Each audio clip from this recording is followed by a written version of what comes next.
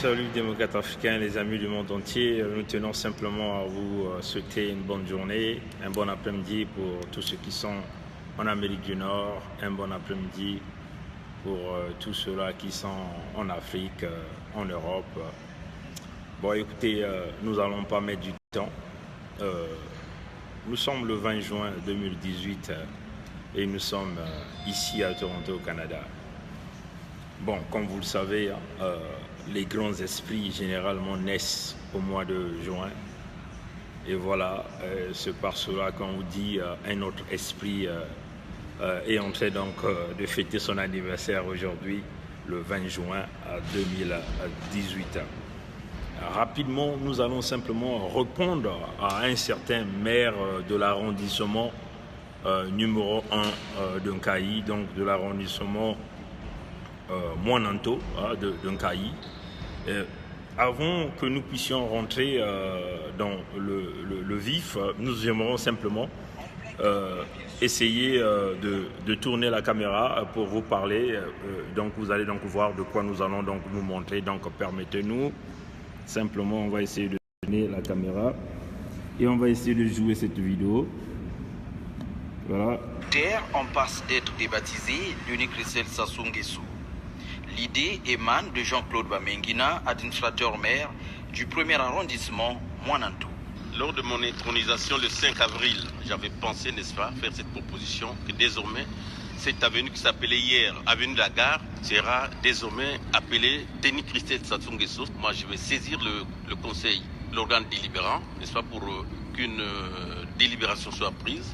La future avenue Denis Christelle Sassou Nguesso regorge ainsi de nombreuses administrations publiques telles la SNE, SNDE et bien d'autres. Au siège de l'arrondissement 1, le maire Jean-Claude Bamengina tente d'épingler quelques mots auxquels il se trouve confronté depuis une année. Le grand problème qui se pose d'abord, c'est le problème de salubrité publique, le problème des eaux usées, les problèmes des ordures ménagères. Il faut une grande éducation pour les populations qui doivent connaître l'utilité, l'intérêt de cette opération. Le phénomène de l'abandon des tables de marché par certaines vendeuses au profit de la rue est également enregistré afin d'échapper aux taxes municipales. Ce phénomène-là, on essaie d'éduquer aussi, mais pourquoi on a fait ce marché? Pour que les tables soient occupées. Mais les mamans trouvent que payer chaque jour 50 francs, elles trouvent que c'est trop bon, elles préfèrent être dans la rue. Mais c'est la voie publique qu'on occupe aussi. Il ne faut pas savoir que c'est là-bas aussi on peut payer une taxe. À l'instar du chef-lieu du département Madingu, la ville de Nkayi avait également bénéficié des bienfaits de la municipalisation de 2016. Bon, voilà. Démocrates africains, chers amis, comme vous venez de le voir là, dans cette vidéo, excusez-moi juste le temps d'ajuster la caméra. Il y a un certain maire de la ville, de l'arrondissement 1 de Nkayi, l'arrondissement Moananto de Nkayi, qui veut donc changer une avenue en Nkayi qu'on appelait l'avenue de la Gare. Et il veut donc nommer cette avenue, que cette avenue désormais s'appelle l'avenue Denis Christelle Sassou Nguesso. Mes chers amis, mais franchement, c'est une folie quand nous essayons d'écouter ce genre de raisonnement. Je vais simplement interpeller ce monsieur Jean-Claude Bamengina, un fils Bakamba ou un fils Badondo ou un fils Bankenge. On veut simplement dire, monsieur, vous êtes tellement dans la folie et il va falloir que vous puissiez vous ressaisir. Je vais tout simplement donner une petite leçon d'histoire pour rappeler au monde ce qui se passe réellement dans cette ville de Nkayi qu'on appelait à l'époque Jacob. Si cette ville est devenue ce qu'elle est devenue aujourd'hui, c'est à cause de l'entreprise qu'on appelait Soussignari. Pour ceux qui connaissent l'histoire, Soussignari. Mais c'est quoi Soussignari? Une Soussignari était simplement une multinationale française qui regroupait dans son groupe la compagnie qui devait donc cultiver la canne à sucre, transformer la canne à sucre en sucre, et aussi la MAB qui regroupait en son sein la portion de la fabrication de la farine au Congo, plus tout ce qui sont des produits liés à l'alimentation du bétail, et aussi du volaille. Vous voyez, chers amis. Et on voyait aussi dans ce groupe de Soussignari l'entreprise qui fabriquait donc l'huile végétale, donc en transformant les arachides bien sûr produits au Congo-Brazzaville par le biais des entreprises comme OCC, OCV, qui étaient des entreprises qui avaient la charge de pouvoir aller encourager la culture dans notre pays. Il ne s'agit pas seulement de la culture de l'arachide, mais aussi de la culture du café et du cacao au niveau du Congo. Voilà pourquoi vous avez vu plusieurs personnes dans des villages comme des Sibiti, dans l'Alekumu, avaient des grandes cultures du café et du cacao, des arachides étaient produits un peu partout. Donc c'est des compagnies qui encourageaient les Congolais à produire au Congo et à consommer congolais. Et tous les produits fabriqués par la grande multinationale qu'on appelait Soussignari étaient voués non pas seulement à la consommation nationale, mais aussi à la consommation internationale, donc à l'expédition et à l'importation et à l'exportation. Oui, chers amis. Mais ces compagnies, avec la nationalisation des compagnies au niveau du Congo, se sont donc divisées. Donc Soussignari s'est donc divisé. Une branche est restée Wilka, continuons de fabriquer l'huile. Une branche qui est restée la marbre, continuons de fabriquer la farine avec tous les produits liés à l'industrie de volaille et du bétail. Et aussi, vous avez donc une autre entité qui est donc restée, Sia Congo, qu'on appelait, qui était donc en charge de transformer la canne à sucre sur des produits de sucre. Et Sia Congo est parti de Sia Congo, on est donc arrivé à Suco, et aujourd'hui on l'appelle Saris Congo par cette transformation. Mais nous savons l'implication de Saris Congo aujourd'hui. Saris Congo à l'époque avait donc construit un hôpital de base, vous voyez chers amis, qui permettait donc aux populations de Nkayi de se soigner gratuitement, chers amis.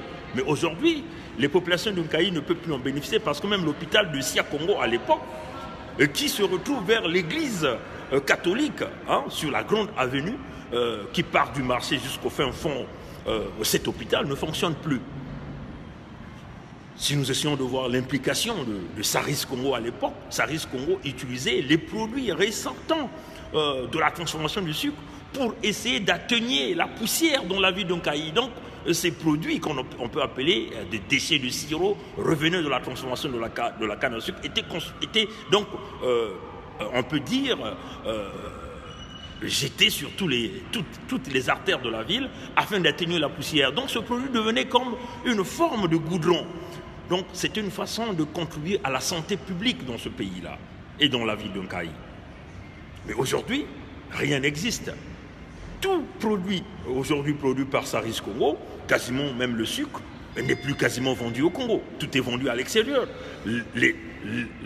La fonction de base qui était de pouvoir promouvoir les travailleurs congolais, qui sont aujourd'hui, qu'on appelait des travailleurs de Nkayi, les coupeurs de canne, qui, à l'époque, alimentaient la ville de Nkayi. Aujourd'hui, cette ville est complètement abandonnée parce que les coupeurs de canne, aujourd'hui, sont les moins payés, chers amis. Il faut dire que ces gens-là partent couper les cannes après avoir brûlé tous les champs. Donc vous voyez que l'intoxication dans tous ces produits, ces gens qui sont des malades, et quand nous essayons de voir, l'industrie de transformation de la canne à sucre au niveau du Congo-Brazzaville est en train de polluer l'environnement au niveau de Nkayi.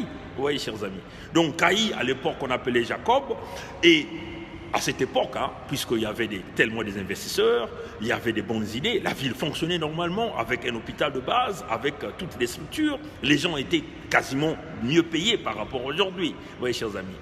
Et toutes les eaux qui sont tout autour de Nkayi, ce sont des eaux empoisonnées par l'industrie Saris Congo, mais rien n'est fait. Si nous essayons de voir le taux de mortalité, aujourd'hui, tous ceux qui meurent au niveau de Nkayi, ils meurent soit par la bilharziose, vous voyez, contamination des eaux, par des produits toxiques sortant de l'industrie de transformation de la canne à sucre, vous voyez, et aussi, toutes les fois qu'on brûle les champs de canne à sucre pour permettre aux coupeurs de canne d'aller couper, et tous ces coupeurs de canne ne sont pas dans des bonnes conditions, de suivi de santé, vous voyez, chers amis. Donc nous pouvons dire que la ville de Nkayi a été complètement abandonnée. Bon, maintenant ce monsieur-là, Jean-Claude Bamingina, qui veut vouloir changer l'avenue de la gare au nom de Denis Christelle Sassou Nguesso? Est-ce qu'il connaît toute cette histoire que je venais de vous donner? Est-ce qu'il connaît toute cette histoire que les travailleurs d'un Cailly, qui sont aujourd'hui des véritables grands chômeurs, parce que si nous essayons de voir, l'unique industrie qui existe en Cailly, ce n'est que cette affaire de Saris Congo qui assure donc la transformation de la canne à sucre. Vous voyez, chers amis. Est-ce que ce fameux maire de Moananto, là, monsieur Jean-Claude Bamenguina, qui veut vouloir transformer l'avenue de la gare au nom de Christelle Sassou Nguesso, nous aimerons simplement demander à ce monsieur qu'est-ce que ce Denis Christelle a fait pour qu'il se permette de pouvoir changer cette avenue au nom de Denis Christelle Sassou Nguesso. Mais nous pensons que généralement les gens ils sont impliqués. Il y a deux choses que les gens s'impliquent. Hein, quand nous essayons de voir, alors, premièrement, il faut que vous ayez des Congolais qui s'impliquent carrément dans la ville. Soit on veut construire un hôpital de grande renommée, on veut construire des écoles, des gens qui sont éventuellement très impliqués dans la construction de la ville. C'est de cette façon qu'on essaie d'honorer les noms de ces compatriotes-là qui contribuent à la ville. Mais nous nous demandons, qu'est-ce que Denis Christelle a fait dans la ville de Cailly? A-t-il apporté à goudronner les villes? A-t-il construit des hôpitaux? A-t-il construit des écoles aux normes internationales au niveau du Congo? A-t-il aménagé les conditions des travailleurs de Saris Congo, l'unique industrie qui fonctionne, dont les salaires varient entre 25 000 et 45 000 francs CFA, ceux-là qui coupent des hectares et des hectares de canne à sucre? Qu'est-ce que Denis Christelle a fait pour que ce Jean-Claude Bamenguina, fils Bakamba et Badondo, est en train de vouloir renommer toute une avenue au nom, à la gloire de fils d'un criminel, d'un dictateur, ce même Denis Christelle qui a pillé l'économie du Congo, qui fait qu'aujourd'hui les écoles ne sont pas construites? Alors nous nous posons la question, mais nous voulons encore interpeller à ce fils d'Enkaï, à ce fils de Jacob, là, à ceux-là dont les parents sont morts parce qu'il n'y a plus rien ne fonctionne dans ce pays. Alors, de simplement arrêter la folie de ce Jean-Claude Bamenguina. Nous voulons aussi attirer l'attention des fils Bakamba, d'Enkaï, de fils Badondo.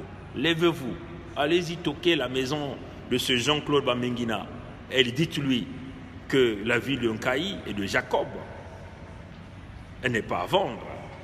Et que s'il a des intentions de vouloir tisser la compassion pour continuer à piller l'argent du Congo avec Denis Christelle, qu'il le fasse, mais sans pourtant tâcher la réputation des fils du Congo et des fils d'Enkaï. C'est cela la réalité. Vous voyez, chers amis. Donc, la ville de Jacob n'est pas à vendre, la ville d'Enkaï n'est pas à vendre. Nous voulons aussi dire à tous ces Congolais-là qui ont ces mentalités de flatteurs, penser que nommer l'avenue au nom de Christelle va apporter des changements aux populations de Moananto ou de Cailly, alors là, nous sommes très désolés.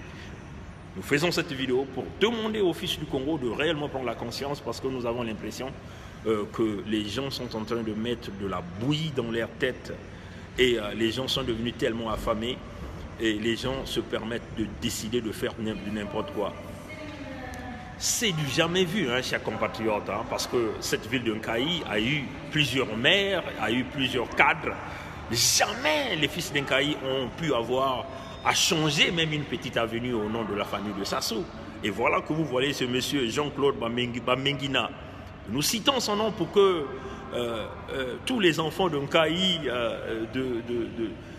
de la Bouenza puissent se lever, parce qu'il faut le dire qu'Enkaï représente un peu la ville phare de la Bouenza et la ville phare aussi, puisque Enkaï c'est vraiment un point de connexion entre ceux qui viennent de Sibiti, ceux qui viennent du Niari, ainsi de suite. Donc vous ne pouvez pas permettre à un petit flatteur, une autre girouette qui sont de l'argent, qui n'a aucune moralité, aucune autre vision d'aménager les conditions des citoyens de l'arrondissement d'Onkaï, de l'arrondissement Moananto, et qui veut vouloir simplement aller changer. Nous pensons que ce monsieur devait d'abord commencer par apporter des véritables solutions, qui sont des véritables solutions pour atténuer la poussière dans la ville d'Onkaï. Comment faire que les gens d'Onkaï puissent avoir de l'eau potable? Comment faire que les populations, les citoyens puissent avoir de véritables emplois? Comment faire que l'arrondissement de Moananto puisse avoir un vrai hôpital de gros rang qui va permettre de soigner les populations de Moananto, au lieu de passer simplement par essayer de changer le nom d'une avenue qui existe, qui est là pendant. Cette avenue est là depuis le temps de la ville de Jacob, vous voyez, chers amis, donc quasiment vers les années 60, ça a toujours existé. Au temps où cette compagnie que nous venons de parler, Souci Congo, était encore là, vous voyez, chers amis, Souci Nyari, chers amis, c'est ça, excusez-moi, c'est pas Souci Congo, mais c'est Souci Nyari qui était là, au temps où la MAB était là, au temps où vous avez des compagnies comme Mansumba était là, la compagnie comme Wilka était là, vous voyez, chers amis, donc c'est une honte à ce monsieur Jean-Claude Bamengina, le fils Bakamba, ça c'est certainement un fils Bakamba ou un fils Badondo, qui veut simplement avoir de l'argent derrière les noms des citoyens de ce ville. Et nous dénonçons en tant que fils du Congo, et on leur dit, le Congo n'est pas à vendre, le Congo n'appartient pas au Nguesso, et ceux-là qui ont volé, leur place est dans des prisons. Leur place, ce n'est pas, on va chercher de les honorer en leur donnant, vous voyez, chers amis. C'est une logique qui est là, hein? Cette logique qui vous dit celui qui a vu le fils, le père verra le fils. Donc on commence déjà à dénommer les noms à leur nom, les avenues à leur nom, les écoles, parce que déjà là à Gaboma, il y a une école qui l'a dénommée Déné Christelle Sassou. Vous voyez que vous êtes toujours dans cette même logique, cette logique avec des slogans bidons comme autosuffisance alimentaire jusqu'à l'an 2000. Nous avons énormément dépassé l'an 2000, l'année 2000. Le Congo n'est jamais autosuffisant alimentairement. Le chemin d'avenir, vous voyez, chers amis, il vous parle du plan quinquennal. Le Congo n'a jamais été construit, vous voyez, des slogans bidons. Et là, le fils vous vient, le Congo que je veux, le Congo que nous voulons. Tout ça, c'est des slogans bidons qui n'ont jamais fonctionné. Et vous voyez là des gens comme les Jean-Claude Bamengina, qui est le maire de l'arrondissement 1 d'Onkaï, donc l'arrondissement Moananto, qui veut donc simplement dénommer une ruelle, l'avenue de la gare, au nom de Déné Christelle Sassou Nguesso. Alors là, ça fait pitié que le fils d'Onkaï se lève, que les fils de Jacob se lèvent en réalité pour pouvoir bloquer les plans de ces petits vampires qui sont là derrière l'argent. Alors, pensez aux véritables projets qui sont des projets de construction pour aider vos concitoyens, des constructions des hôpitaux, parce que la pollution numéro 1 dans la ville d'Onkaï, aujourd'hui, si vous essayez de voir, le taux de mortalité d'Onkaï est de 65%. Le taux de mortalité en Kaï, 65%. Pourquoi? Parce que des pollutions produites par les usines de Saris Congo,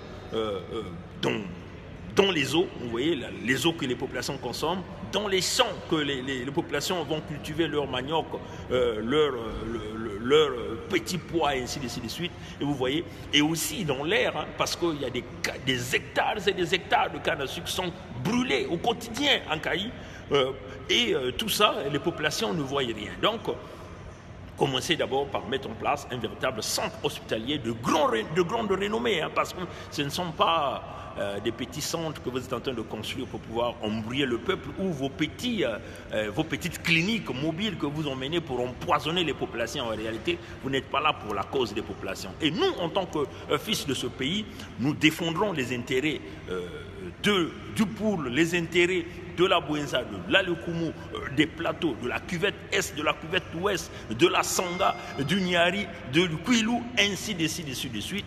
Nous serons là pour défendre le Congo que nous voulons, le Congo parce que le Congo que Déné Christelle veut, le Congo que Bernard Pongui veut, le Congo que tous les résistants veulent, le Congo que la nouvelle diaspora consciente et intelligente veut. Que Dieu nous garde, Dieu nous bénisse.